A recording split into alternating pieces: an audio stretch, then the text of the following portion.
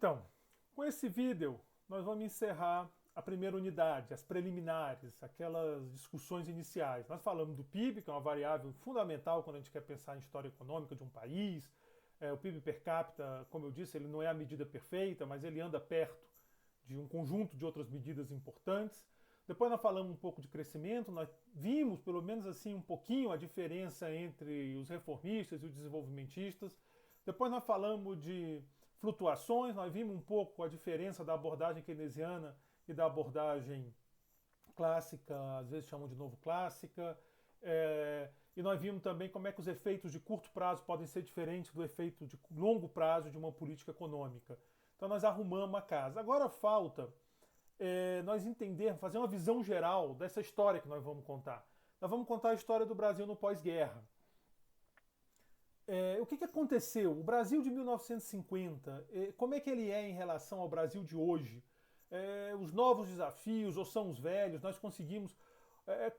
como que a sociedade e a economia brasileira mudaram nesse período? É claro que assim como o crescimento, que tem um curso específico para ele aqui no Departamento de Economia, flutuações, que tem dois cursos específicos para flutuações, macro 1 e macro 2, crescimento é teoria de desenvolvimento econômico. Essa parte aqui de transformações na economia e na sociedade cabe um curso inteiro ou mais. Então nós vamos fazer, assim como nos outros casos, um painel, assim, só linhas gerais, para que nós tenhamos uma noção de que história nós estamos contando, né? Para não ficar muito perdido, assim. O Brasil dos anos 50 e o Brasil dos anos 90, nós vamos falar dos dois, mas não é a mesma coisa. Então vale a pena, é por isso que está tudo isso nessa parte que eu estou chamando de preliminares. Aqui é só para arrumar um pouco nossa cabeça para a discussão que começa na próxima unidade. Então, no pós-guerra, pós-segunda guerra, né, falando dos anos 50 para cá, 40, 40 e pouco, ocorreram grandes transformações na economia e na sociedade brasileira. Muitas transformações. O Brasil ele tinha uma estrutura, era um país jovem, era um país rural, hoje é um país envelhecido, um país urbano. Muita coisa mudou nesse período. Na política, logo após o final da guerra, nós tivemos seguidas crises políticas, das disputas do PSD, PTB, que às vezes estavam separadas, às vezes estavam juntos, e com a UDN, né? A UDN era o adversário aí desses dois. PSD e PTB às vezes se juntavam, o PSD era o Partido Social Democrata, do Juscelino, PTB é o Partido Trabalhista Brasileiro do Vargas, e a UDN era a União Democrática Nacional, que era o pessoal mais de direita, digamos assim. Essa disputa foi muito tensa, ameaças de golpe o tempo todo. O Dutra, que foi o primeiro presidente depois da redemocratização, no final da guerra, né, porque nós tínhamos o Estado Novo, quer dizer, o Brasil vem da República Velha, quer dizer, volta um pouco mais, era um império, tem a República Velha, que era um sistema republicano, mas que ainda herdava alguma lógica lá desde a época do Império, muito centrado no Rio e São Paulo. Depois você tem um golpe de Estado que cria o Estado Novo, vem uma ditadura de 15 anos com Vargas à frente dessa ditadura. Vargas enfrentou tentativas de revolta armada, você tem a Revolução de São Paulo, você tem a intentona comunista, tudo acontecendo nessa época. Tem uma grande depressão que pega o mundo, que é exatamente no começo do Estado Novo. Depois você tem a Segunda Guerra Mundial e finalmente você tem a queda do Vargas e a tentativa de redemocratizar o país. O primeiro presidente é o presidente Dutra, que é um cara militar, mas que foi eleito, do PSD. E aí você começa uma série de crises políticas que não é fácil, porque você tem o Dutra, ele consegue governar, depois você tem o Vargas acaba cometendo suicídio numa onda de acusações de corrupção. Daí você chega o vice-presidente assume, o vice-presidente se afasta, assume o presidente da Câmara, o vice-presidente volta, dá um impeachment no vice-presidente, chega o Juscelino, tentam derrubar o Juscelino, não conseguem derrubar o Juscelino se segura, daí você tem uma eleição super confusa, parece uma certa eleição recente, mas uma eleição super confusa, ganha um outsider, parece mesmo uma certa recente, mas esse outsider, que é o Jânio Quadros, ele acaba renunciando, assume o vice. Naquela época era uma eleição separada para presidente e vice, então eles tinham uma disputa entre eles.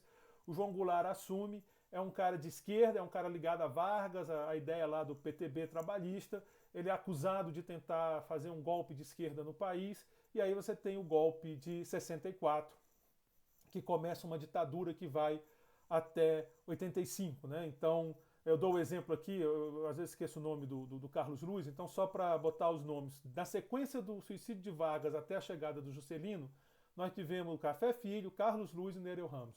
Três presidentes da República. O Café Filho, ele alegou que estava doente, pediu afastamento, o Carlos Luiz chegou, acusaram o Carlos Luiz de querer impedir a posse do Juscelino, o Café Filho disse que queria voltar, disseram que não, porque queria dar um golpe, e assumiu o Nereu Ramos, que finalmente passou para o Juscelino. Mas se teve esse caos político, se foi um período bem mais confuso até do que a gente está vivendo, talvez, na economia você teve um crescimento forte e uma industrialização forte. É um período de muito crescimento, até o golpe, digamos assim, e mesmo na sequência do golpe, até os anos 70, continua crescimento. Aliás, nos começos dos anos 70 é o auge do nosso crescimento, tem crescimento, ficou escrito errado, peço desculpas, e tem um processo forte de industrialização, porque aquelas ideias desenvolvimentistas que eu falei, que focam muito na indústria, eram soberanas nessa época. Então, havia um esforço muito grande para industrializar o país. Na próxima unidade, nós vamos discutir melhor essa questão. A sociedade rural passou a ser urbana. 85 reinstala a democracia, mas ainda assim as crises políticas continuam. Menos intensas, talvez, mas não ficou tranquilão. Tanto é que entre 85 e agora a nossa época, né, eu falo 2018, mas 2020 está valendo, nós tivemos dois presidentes receberam impeachment no Brasil. Primeiro o presidente Collor, o primeiro presidente eleito depois da redemocratização, e depois, por fim, recentemente a presidente Dilma, que também foi alvo de impeachment. Então mostra que temos ainda muitas tensões. Os outsiders, agora o Collor era um outsider, agora o Bolsonaro ganha. Outsider aqui eu não estou falando de um cara de fora da política, não. O Collor tinha história política, o Bolsonaro tem história política. Eu falo de fora daquele sistema principal de partidos de governo, que no nosso caso, depois da queda do Collor, era PT-PSDB, com discurso outsider, digamos assim. Então mostra que é uma política confusa. Infelizmente, nesse período aqui, a gente não teve o crescimento, então ficou um pouco mais complicado. Talvez se a gente tivesse o crescimento lá dos anos 50, a gente não tivesse nem tanto problema político. Mas aí é especulação, é outra história. Bom, em termos demográficos, como eu falei, deixamos de ser uma sociedade rural, com alta taxa de fertilidade, poucos habitantes com mais de 65 anos, para nos tornarmos uma sociedade urbana, com baixa taxa de fertilidade. Aumentou a concentração de moradores em grandes cidades, nossas grandes cidades, alguns desincharam, mas cresceram muito. Aumentou a proporção de pessoas com mais de 65 anos na população e houve um aumento considerável da expectativa de vida ao nascer. Reparem que não são coisas ruins necessariamente, são coisas boas, as pessoas viverem mais é bom, tudo isso é muito bom, mas que vão mudando o perfil da sociedade e da economia. Como eu falei para vocês, eu gosto de dados, estão aqui os dados. Então, população urbana como proporção da população total. O que a gente observa é que o Brasil é esse cara aqui, ele tinha menos de 50% da população como urbana. E aí você tem na América Latina e Caribe, que é esse mais azulado aqui, ó, era maior que o Brasil, um pouquinho maior. E finalmente nos países ricos, os países de renda alta, era bem maior que o Brasil, já mais de 60%. Isso lá no comecinho lá dos anos 50, 60. À medida que o tempo vai passando, anos 60 para ser mais exato, à medida que o tempo vai passando, o Brasil ultrapassa a América Latina, ultrapassa os países ricos. Então o Brasil hoje, ele tem uma proporção de população urbana na total acima de 80%, acima dos países de renda alta, acima da América Latina. E se você pegar os países de renda média alta, que é o nosso grupo, nós não somos um país de renda alta, nós somos média alta, segundo o Banco Mundial, aí que nós estamos acima mesmo. Apesar dessa puxada que deu, a gente continua bem acima, e bem acima do mundo também. Então, claramente, um país que tinha uma pegada mais rural virou um país urbano.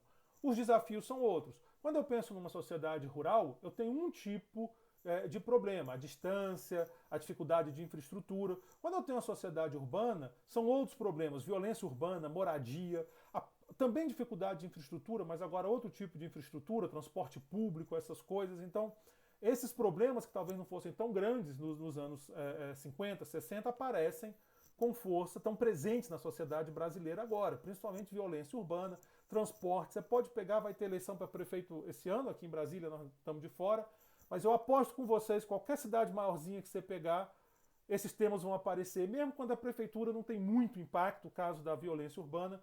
Vamos falar de violência, vamos falar de moradia, vamos falar de transportes, problemas típicos de uma sociedade urbana como a sociedade brasileira atual. Aqui são a população em cidades com mais de 1 milhão de habitantes, e aí vocês podem reparar que em 1960 nós tínhamos 21% da nossa população. Era menos que a América Latina, mais que o nosso grupo país renda média alta, né? O país renda média alta tem muito país mais rural até hoje, e mais que o mundo. Com o passar do tempo, essa proporção foi aumentando. Hoje nós temos 35,2% da nossa população em cidades com mais de 1 milhão de habitantes, cidades grandes. É uma proporção significativa. Isso também acontece na América Latina. Você pega a cidade do México, virou uma cidade gigante. São Paulo é uma cidade gigante. Mesmo Brasília, que era para ser uma cidade menorzinha, administrativa, virou uma cidade grande. A variação no Brasil foi de 58%, agora sim 58%, contra 37% na América Latina. Mas se você olha no grupo renda média alta, que é o nosso grupo, foi só 13%. Então esse processo de concentração nas cidades é uma marca importante da economia brasileira. Você não pode pensar a economia brasileira dos anos 90 e agora do século 21 em comparação com a economia brasileira dos anos 60, sem levar em conta essa mudança. Hoje nós somos de fato um país de cidades e de grandes cidades. Naquela época nós não éramos. Então essa é uma característica importante que nós temos que pensar. A taxa de fertilidade, o que acontece no Brasil é simplesmente assim, de assustar. O Brasil é sempre esse meio verde aqui, né? Mas é um verdinho diferente desse verde aqui que é o mundo. Tem um padrão diferente de verde. Eu sou meio ruim de ver cor, vocês me desculpem. Mas você vê que o Brasil estava lá em cima, cara. O Brasil estava junto com a América Latina e Caribe, né? Nós latinos, eram 6. Era 6 lá no começo dos anos 60. E tem uma queda super acentuada. O Brasil hoje, a queda dele é tão forte que ele vai encostar nos países de renda alta. Então a taxa de fertilidade do Brasil, aqui no final da década passada, começo dessa, está batendo países de renda média, de renda alta, não média alta, né? Quer dizer, está perdendo, está batendo só de países ricos. Né? Nós temos menos fertilidade do que os outros. Você vê a queda que tem nos países ricos é muito menos intensa que essa queda que tem na América Latina e no Brasil.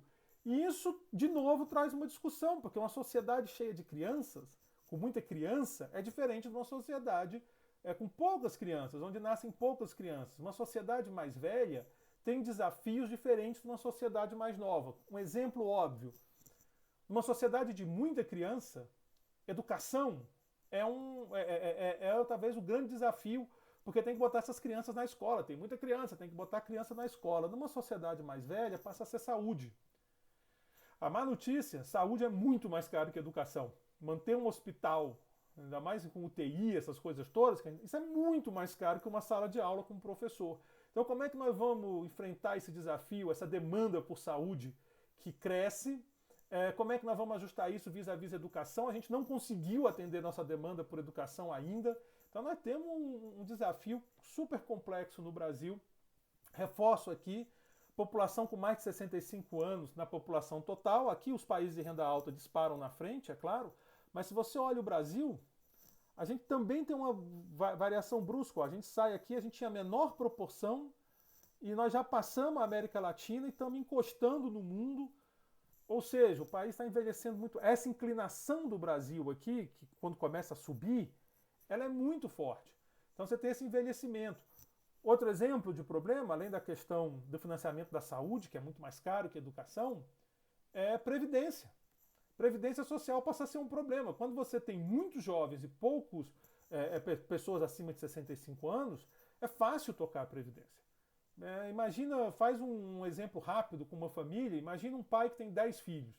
E aí os 10 filhos têm que sustentar o pai quando o pai passa de uma certa idade. Dá, não é tão difícil. Cada um dá um pouquinho, resolve. Agora, se o cara tem 3 filhos, pesa muito mais. Se ele tem 2, se ele tem 1, e eu que não tenho nenhum, como é que fica para me sustentar quando eu não puder mais trabalhar? Então, essa lógica, claro que na família a dinâmica é diferente, é outro raciocínio, mas passa para a sociedade. Se eu tenho uma massa muito grande de jovens trabalhando, não é tão pesado essa transferência de renda para os mais velhos. Agora, se eu não tenho, vai ficando pesado, e é por isso que tem discussão de previdência no mundo todo, porque no mundo todo você tem essa subida, não é uma exclusividade do Brasil. Outra mudança, também refletindo ainda essa parte demográfica, expectativa de vida ao nascer. Aqui o Brasil, ela estava aqui, ó, 55 mais ou menos, ela sobe, ela já está passando de 70. Ela está passando de 70 aqui no Brasil. Ela está indo na direção dos países dos países de renda alta, que é esse meio marrom aqui em cima. Ainda tem um gap, é verdade. Mas isso tudo impacta muito. Isso aqui é ao nascer, né? Se nós pegarmos a expectativa de vida de quem chegou a 60 anos, ou mesmo 50, aí já quase igualou de país rico. Nós temos aqui uma perda de vida muito grande no Brasil de pessoas de 20 anos por causa de violência. A violência urbana ela atinge mais os jovens. E aí diminui a expectativa. Aqui ao nascer, mortalidade infantil, que pega muito país pobre, e violência, que pega muito país pobre e pega muito no Brasil, que é um país que tem um problema muito sério de violência. Mas você vai ver, quem escapa, né, quem passa dos 30, começa a crescer rápido essa expectativa de vida. Então, de novo, é ótimo que a gente viva mais. Esse é um dos sonhos da humanidade, é viver mais, de preferência com qualidade de vida. Mas traz desafios diferentes. Traz desafios. Como que a gente faz para sustentar essa nova estrutura demográfica? São desafios que aparecem junto com essa transformação. Então, esse problema não era discutido nos anos 50. Claro que não, isso não era um problema lá. Mas agora é, porque mudou, viramos urbanos, e envelhecemos, né? É aquela história que dizia: o grande risco do Brasil é ficar velho antes de ficar rico. E parece que aconteceu isso com a gente. Então, como eu disse, assim, essas transformações que nos aproximam de países de renda média alta, no caso passamos, e dos ricos, trazem esses desafios. Saúde deve ser o grande desafio do século XXI para o setor público. Como providenciar a saúde? Essa pandemia está mostrando o tamanho desse problema. Você mesmo nos Estados Unidos, que tem uma estrutura tradicional, que meio que se vira aí, rapaz. Estou brincando, mas tem um pouco essa fama.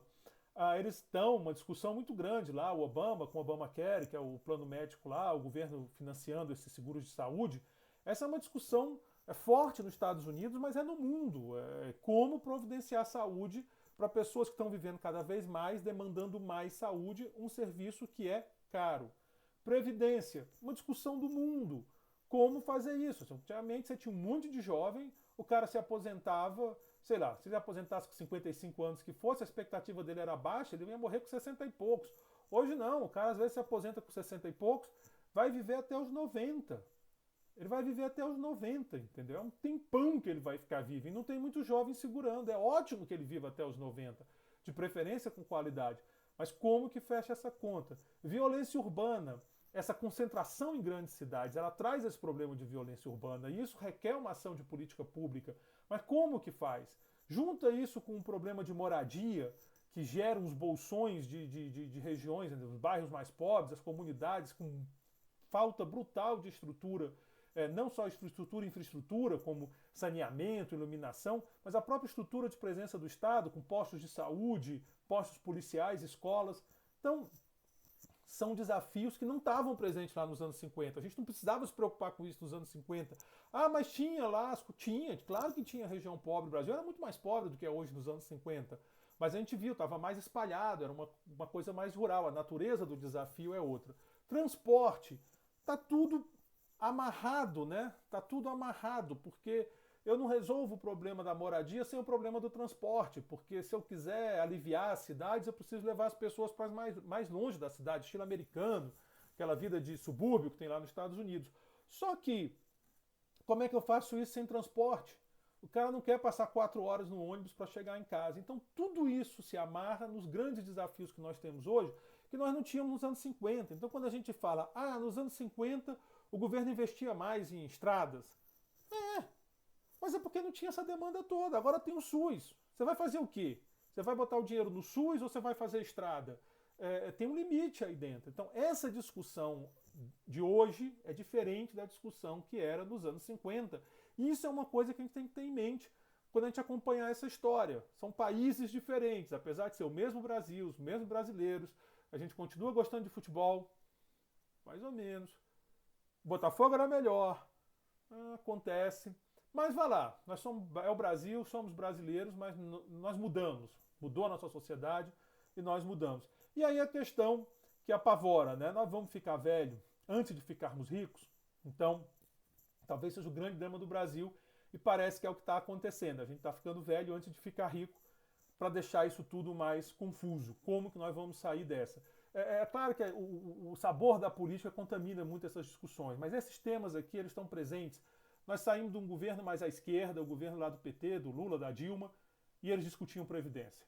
Nós tivemos tucanos lá com o Fernando Henrique e ele discutiu Previdência. Nós tivemos o Temer, aquele cara lá do PMDB, articulador, conversa com todo mundo, e ele discutiu Previdência. Chegou à direita com o Bolsonaro e ele discutiu Previdência. Não é um tema. Claro que a abordagem pode mudar, mas o tema está aí. E tem uma péssima notícia para vocês: não acabou a discussão, a gente só ganhou tempo nessa discussão. Ao mesmo tempo, você tem a parte da economia, propriamente, como eu disse, o PIB. E aqui eu estou botando o PIB em dólares, em $1.000 de 2010, só para a gente comparar os diversos grupos. E nós vamos ver que os países ricos, eles ficaram bem ricos nesse período e nós ficamos para trás, né? Tá aqui o Brasil, esse nosso verdinho. De fato, nós ganhamos aqueles problemas caros de resolver, mas nós não ganhamos a renda dos países ricos, né? Então esse é que eu digo.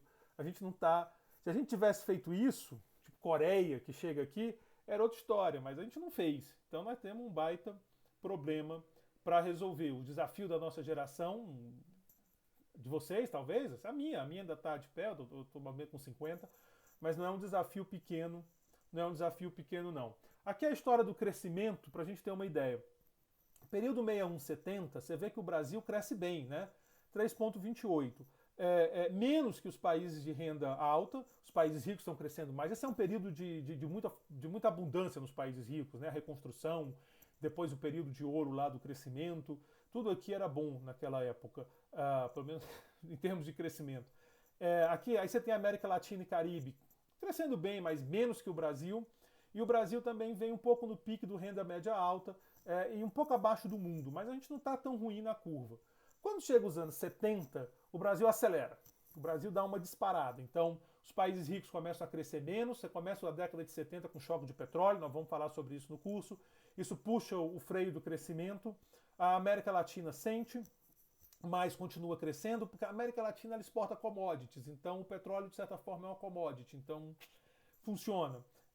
Então, ela sente, mas cresce. A turma de renda média alta fica mais ou menos na mesma, não sei se esse número está certo, mas eu acho que está, é isso mesmo. E o mundo tem uma queda de crescimento forte. Então, você vê que na década de 70 o Brasil deu uma super acelerada. Aqui era a época que o pessoal disse, agora vai, o Brasil vai ficar rico, porque nós estamos crescendo muito mais rápido do que os países ricos, nós estamos crescendo mais rápido do que o mundo. O Brasil, esse é um país que vai para frente e cantava essas músicas naquela época. Era um momento político horroroso, talvez o auge da repressão da ditadura militar, mas um momento econômico de muita euforia, de crescimento, de muita expectativa boa. Quando chega nos anos 80, o Brasil colapsa. O desastre chega. Eu costumo usar a imagem do seguinte: o Brasil bateu o motor. Talvez a gente tenha acelerado demais, sem se preocupar com a capacidade do nosso motor, e o motor bateu o motor, né? O motor não aguentou e o carro parou.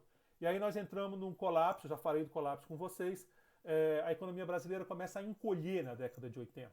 Ela começa a perder força.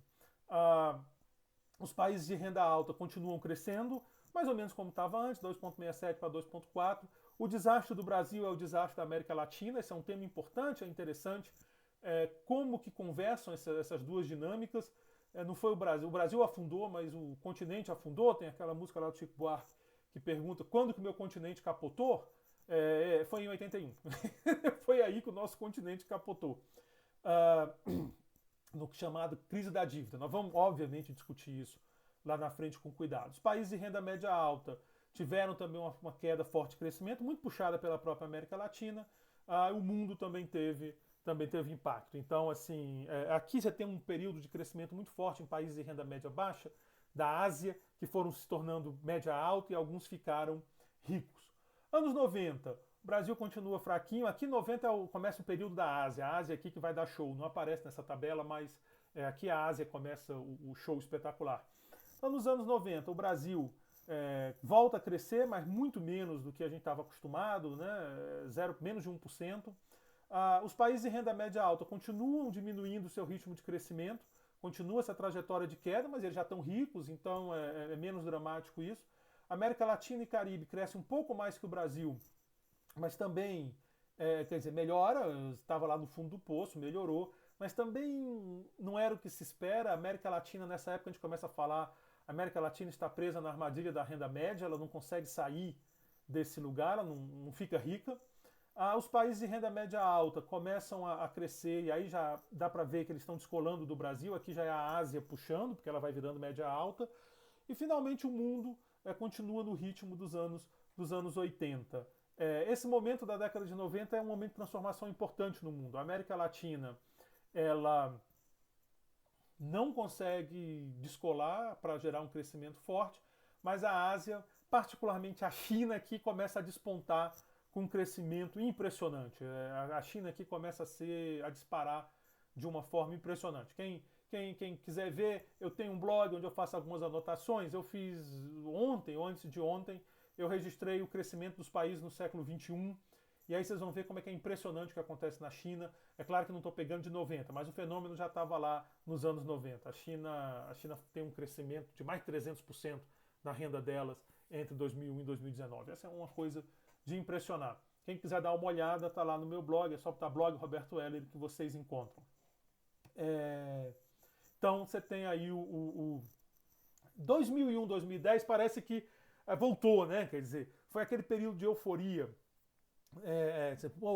A América Latina, o Brasil, né? Não era ainda como nos anos 60, nem muito menos como nos anos 70, mas era um crescimento forte. Os países de renda média alta aqui crescem muito pouco. 2010 foi um ano muito cruel para eles por conta da crise dos Estados Unidos no final de 2008, afundou muito o mundo. Os países ricos sofreram mais do que os pobres nessa crise. A América Latina não tem um desempenho tão bom como o Brasil, mas também dá uma esticada, bem acima dos países ricos. Agora olhem o país de renda média alta. Agora eles estão enxergando o efeito da Ásia. Boa parte desse crescimento do Brasil está associada a esse crescimento de renda média alta, e aí a China já é renda média alta, ela que está puxando muito essa estatística. Porque o que acontece? A China, ao contrário dos Estados Unidos, a China demanda commodities, matérias-primas, né? Commodities é o nome que a gente usa para esses bens padronizados, mas grande parte é matéria-prima. A China demanda isso. Os Estados Unidos não. Os Estados Unidos ele vende soja, ele tem petróleo suficiente, ele tem ferro. Mas a China não. A China precisa, né? À toa que hoje o Brasil, a Argentina, todo mundo virou grande exportador para a China. Essa adaptação, a acomodação da China no mundo jogou o preço das commodities lá para cima e explica parte desse crescimento no Brasil e na América Latina. Mas que não, quer dizer, a gente está melhor do que os ricos, mas a nossa turma está crescendo mais que a gente. Bobear, daqui a pouco a gente sai do média alta. E o mundo continua lá patinando aqui muito por causa dos ricos que estão puxando para baixo. Quando eu pego 2010, 2016, eu te atualizei nesse post, mas eu já estava com os slides prontos, quem quiser dar uma olhada lá. Aí o Brasil afunda de novo, é a crise lá, o que eu perguntei se é o novo colapso. Nós vamos de novo para o buraco. Os países de renda alta começam a se recuperar, não ao nível anterior do século passado, mas já melhoram em relação a 2001, 2010. América Latina e Caribe piora, mas não tanto quanto o Brasil. O Brasil sai de 2,5 para menos 0,56, enquanto pior até do que a década de 80, enquanto que a América Latina continua crescendo. O que sugere o seguinte, você tem um efeito mundial da crise, efeito de commodities, mas também deve ter efeito específico do Brasil. É uma discussão que nós vamos fazer aqui no curso lá na frente. Países de renda média alta continuam crescendo bem, crescendo forte, menos do que estavam, até porque tudo tem um limite, a gente já viu lá nos modelos de crescimento, e o mundo continua mais ou menos onde estava. Então, essa é a história da economia nesse período que nos interessa, né? O curso começa em 40 e pouco, mas anos 60 tá bom. É porque se eu quisesse pegar 50, eu tinha que ir para outra base de dados, e aí não ia ter aqueles dados demográficos e de urbanização, que eu acho particularmente importante de mostrar. Então eu peguei do Banco Mundial, começa em 60, mas dá para ter uma ideia da história que eu estou contando. O Brasil do século XXI, então, é diferente, é bem diferente do Brasil dos anos 40, 50, ou menos 60. Destaque para a urbanização e envelhecimento e a questão do século XXI se o país será um país velho e pobre. Então, encerrando essa unidade de preliminares, essas questões preliminares, nós temos que entre 50 e 80 a economia brasileira viveu um longo período de crescimento que não perdurou. Se esse longo período foi culpado pela estagnação posterior, ou seja, os problemas estavam vindo de lá se acumulando e estourar, ou se foi uma pancada externa, essa é uma discussão importante que nós vamos fazer aqui durante o curso. Ou seja, nós capotamos porque nós estávamos dirigindo mal, é um pouco a minha ideia do motor que bateu, nós acelerou demais, queimou o motor, dirigimos mal e capotamos, ou capotou porque, sei lá, apareceu um bicho, cortou a estrada, um raio caiu, alguma coisa que veio de fora e ferrou nossa vida. Essa é uma discussão que merece ser feita e nós vamos fazer durante o curso. O fato é que no lugar de uma transição para uma economia rica estilo Ásia, por exemplo, Coreia, que fez essa transição, nós começamos e ficamos estagnados, durou 2 décadas, 80 e 90, de quase estagnação, nós vimos dados, está ameaçando voltar, né? Quer dizer, de certa forma voltou, essa década já era, vamos ver se a próxima se salva, mas está difícil, vamos ver. Nesse mesmo período, a sociedade envelheceu, houve urbanização, os desafios relacionados ao envelhecimento, particularmente saúde e previdência, a urbanização, transporte, moradia e violência, não foram vencidos. Então nós estamos com esses desafios em aberto e estamos com muita dificuldade em trabalhar. A restauração da democracia na década de 80 permitiu demandas por política de bem-estar social ganhassem espaço na sociedade. Isso é importante, ficou errado ali o ganhassem. De novo, está cheio de errinho, o PowerPoint não aponta os erros, às vezes eu estou digitando com pressa, eu peço desculpa para vocês. Mas o fato é que houve uma demanda por gasto social no Brasil. A Constituição de 88 captura muito isso, o SUS, a universalização do ensino básico, tudo isso é uma demanda que talvez tivesse reprimida nos anos anteriores, ou então não fosse tão forte antes da ditadura. A ditadura, de certa forma, calou, mas quando o Brasil volta para a democracia, essa demanda por gasto social ela cresce, e é claro que o gasto social começa a disputar espaço com o gasto de investimento que empurrava o Brasil no passado. Então, será que é possível conviver aquele gasto, digamos, de investimento alto com demanda social? Esse é um dos temas aqui do curso. Então, em meados dos anos 80, nós tínhamos um monte de desafio no Brasil. A transição para a democracia, nós tínhamos uma hiperinflação, nós vamos discutir isso, uma inflação completamente fora de controle, dívida pública e externa estavam fora de controle, nós tínhamos uma demanda de um estado de bem-estar social e nós tínhamos que retomar o crescimento. A resposta desses desafios definiram a dinâmica da economia e vou além, da política nas décadas seguintes. Então, a redemocratização, a nova república que vem com a redemocratização, ela tem essa lista de desafios para cumprir. Alguns, eu pensei que ele está isso, mas eu falo para vocês, pelo menos a minha avaliação, alguns nós conseguimos cumprir. Nós fizemos a transição para a democracia. Eu sei que alguns vão dizer que tem problema. Tem. Democracia brasileira tem problema. Democracia em todos os países do mundo tem problema. Mas nós não estamos mais naquela ditadura que nós vivíamos nos anos 70. Então nós temos as instituições. As instituições funcionam, não funcionam. Só em estarmos discutindo isso publicamente quer dizer que elas estão funcionando, pelo menos mais ou menos. A inflação foi controlada. Se você falar hoje uma inflação de 10% ao mês, todo mundo vai te chamar de louco. Isso era normal nos anos 80, acontecia nos anos 80, 10% ao mês que eu falei, né? O ano não. Aqui, quando a inflação passa de 10% ao ano, aconteceu em 2002 com o Fernando Henrique e em 2015 com a Dilma.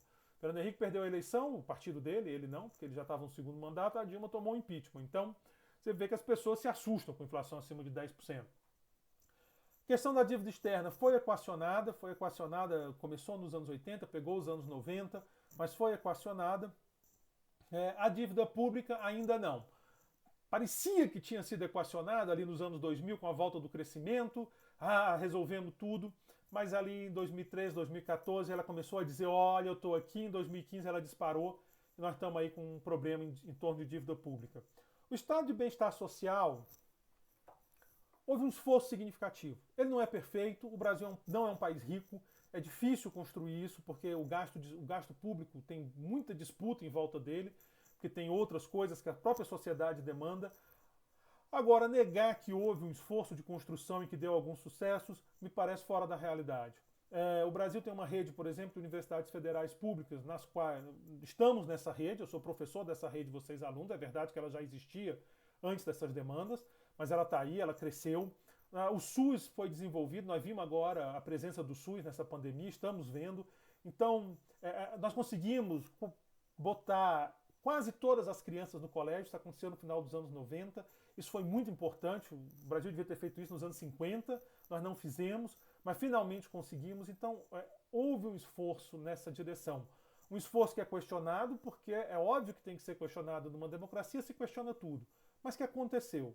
O que nós não conseguimos foi retomar o crescimento. Parecia que a gente ia conseguir, mas nós não conseguimos. Houve uma melhora na distribuição de renda, há controvérsia, mas alguns números mostram isso, principalmente ali entre o Plano Real, meados dos anos 90 e até o final da década passada, meados dessa década, ficou mais ou menos, a partir de 2012, 2013 começou a complicar esse lado.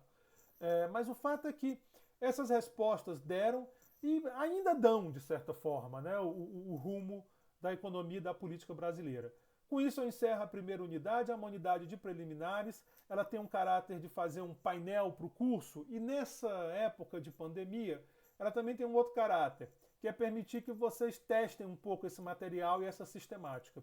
Seria muito interessante se vocês me dessem feedback. Quando nós voltarmos à aula em agosto, eu tenho um pouco de medo como é que vai ser a demanda por rede, todo mundo tentando acessar a rede e tal. Então, é muito interessante se vocês pudessem, ajudaria muito a mim, talvez até a vocês, se vocês pudessem pedir para os colegas que ainda não entraram ir entrando para se organizar. Então essa unidade ela fez a preliminar do curso, mas também é um pouco um aquecimento para nós voltarmos em agosto às aulas normais. Eu vou seguir até lá, botando algum material, mas o importante mesmo para agosto é vocês checarem se isso aqui está funcionando. Tá joia? Agradeço o tempo de vocês e até a próxima aula. Muito obrigado.